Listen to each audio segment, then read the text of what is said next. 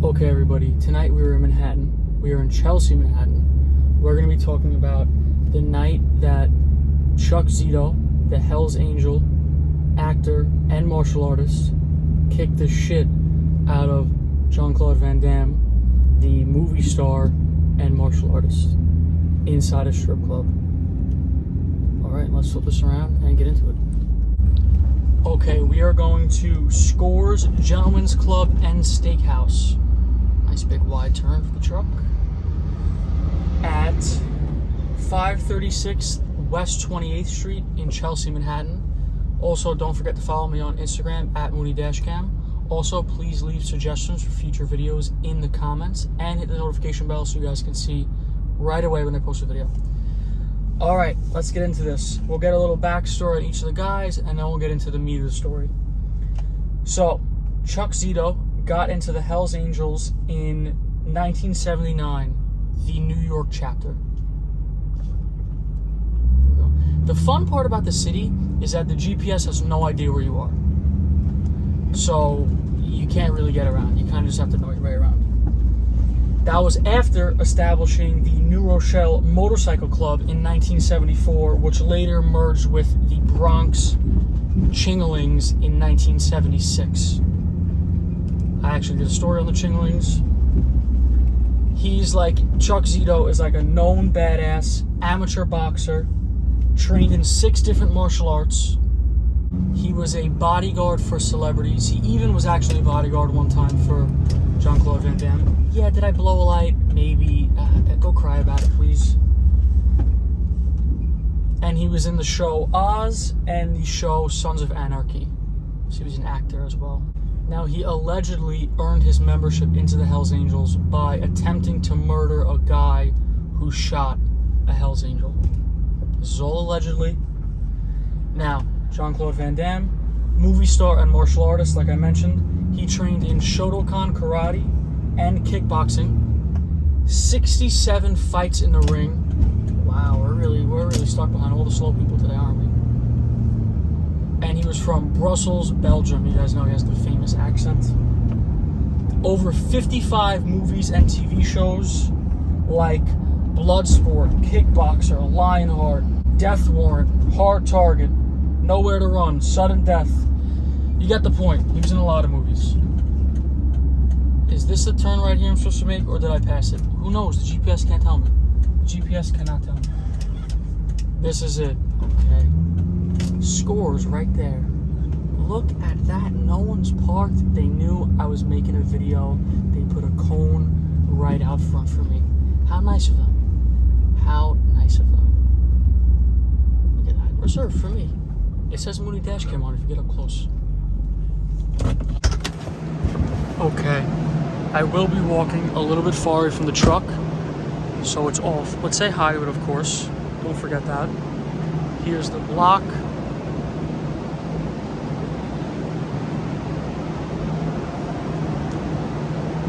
I wanted to show you guys the store. I mean, what the hell goes on in here? Alright, so this is Scores. The night was February 6th, 1998. It was a Friday. Chuck Zito pulls up in his 87 Grand Marquis. He goes in the restaurant to eat, not to go to the strip club, just to eat. Sits down in the restaurant section. Right here, Scores. Oh, more of the lights were on earlier. I wonder why not anymore. It was all lit up behind the Diamond Score sign. This looks exactly the same as it looked in 1998.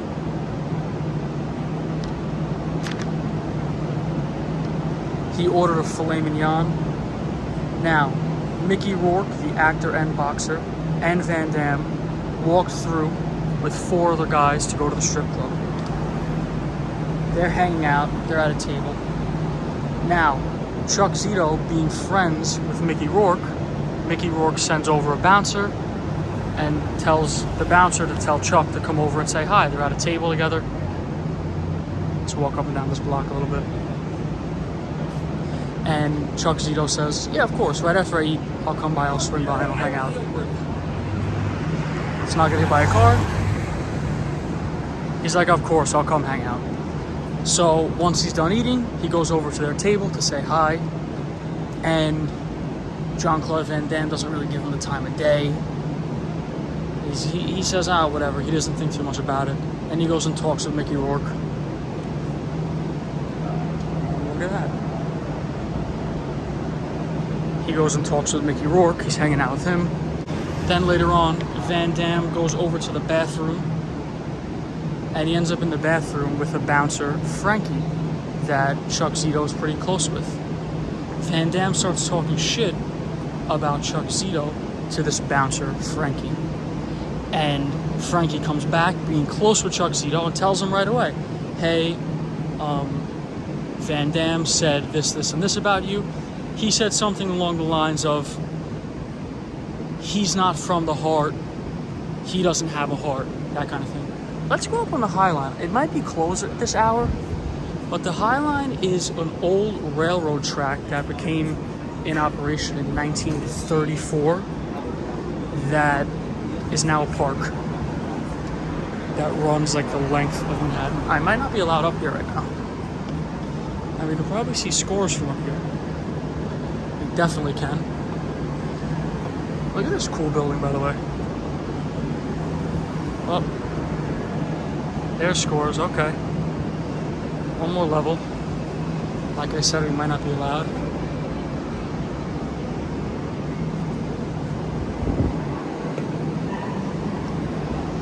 Oh, it's still open. It's still open. This is the High Line. It goes very far. I don't know how far it actually goes. But this train used to run down a street in the city and it killed over 500 people. That's pretty interesting. Continuing on, so Frankie relays that information to Chuck Zito. And now Van Damme has a girl on his lap, sitting down. Chuck Zito pulls up a chair next to Van Damme and asks the girl to get up so he could talk to Van Damme. Of course, that's not going to make him happy. He's asking the girl on his lap to get up. So Chuck leans in and says, he goes, did you say anything about me in the bathroom? And Van Damme then takes off his glasses, tucks them into his pocket, and confirms that he said it. Now, that's like looking for a fight right there. You're taking off your glasses, that's a typical I'm about to fight you move. Chuck actually goes on to say, why'd you say that? Being like very calm, not wanting to escalate the situation. And Van Damme says, because you're full of shit. Chuck, almost in shock, asks again, and Van Damme repeats himself and says, let's pass the vent there, because you're full of fucking shit. They both moved a little bit, like a fight was about to start. Chuck hits him with a quick, straight right hand and a left hook to the head, sent him flying over his chair onto the ground. Didn't knock him out and didn't bitch slap him like a lot of these things said. While he's on the ground, he hits him a few more times while he's down. Every time he tried to get up, he would hit him over the top of the head. Chuck Zito said it hurt his hand. Most of this is from a Howard Stern, pretty much all the story is from a Howard Stern interview that Chuck did like a couple days after. I'll link that video in the description because it's pretty interesting. It's about a 20-minute long video. It talks all about the incident. He wanted to like clear up all the rumors that were going around. Hits him on the top of his head. Chuck eventually gets pulled off by the bouncers. Now, Van Damme's side of the story. Look at that. Van Damme's side of the story is that he claimed at one point that he was doing a defensive karate move, but he slipped. He also said he was getting drunk, drinking champagne, adding that he doesn't usually drink, so it didn't take him a lot to get drunk. He said he took no damage. At one point he said, I was not myself, very drunk. And then he goes, I was safe, and pointed at his face, like I have no damage on me. Van Damme then in an interview, I'll link in the description also, invited him to the ring and said he would win in 60 seconds. crazy. There's scores. Let's not get hit by a car, get back in the truck and finish this off.